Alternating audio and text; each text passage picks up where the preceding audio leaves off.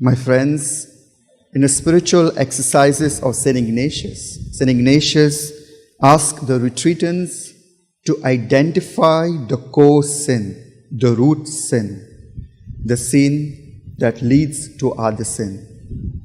And often the retreatants name the anger, jealousy, pride, etc.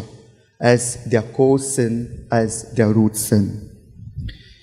I remember one of the Jesuit priests telling me, the starting point of all the sin is when we believe that I am greater than the other, when I am superior over the other.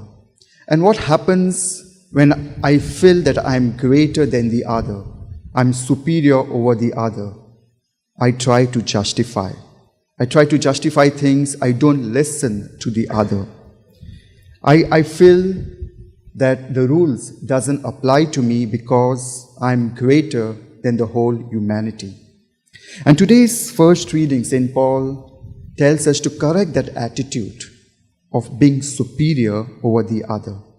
And he reminds us to be humbly regard others as more important than yourself.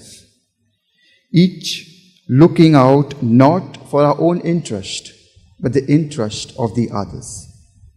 In other words, St. Paul is telling us to be other-centered, not self-centered. And precisely today's gospel, Jesus is telling us the same thing, to invite in the banquet feast who are humble, who are simple.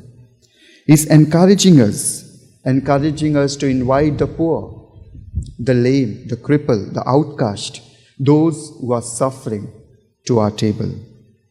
In other words, Jesus is telling us to be like him. Jesus was having dinner or having food with those who are outcast, those who are sinners, those with the tax collectors. And Jesus, being the Son of God, he was always humbled himself. He never felt greater than the others. So neither we should. So today's reading reminds us and asks us not to be superior over the other, not to be greater than the other, but to enter into the reality of the people's life. There are so many people who are struggling in their lives. There are so many people who are depressed for various reasons. We need to listen to them. We need to show empathy to them.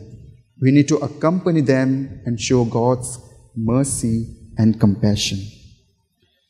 Listening is our gift to the other. So Jesus tells us today, invite those who are struggling and listen to them. Invite everyone, the good as well as the bad. Invite people to the banquet feast. His invitation is open. His invitation is free. His invitation is for everyone, not only for the elite, but for all. He wants to invite everyone so that he may have communion with them. So to answer to his invitation, to answer to God's invitation, we need time, commitment, conversion, and change of heart. He invites, his invitation is open. We need to ask ourselves, am I available and can respond to God's invitation? Let us ask and respond to this question during this Eucharistic celebration. Amen.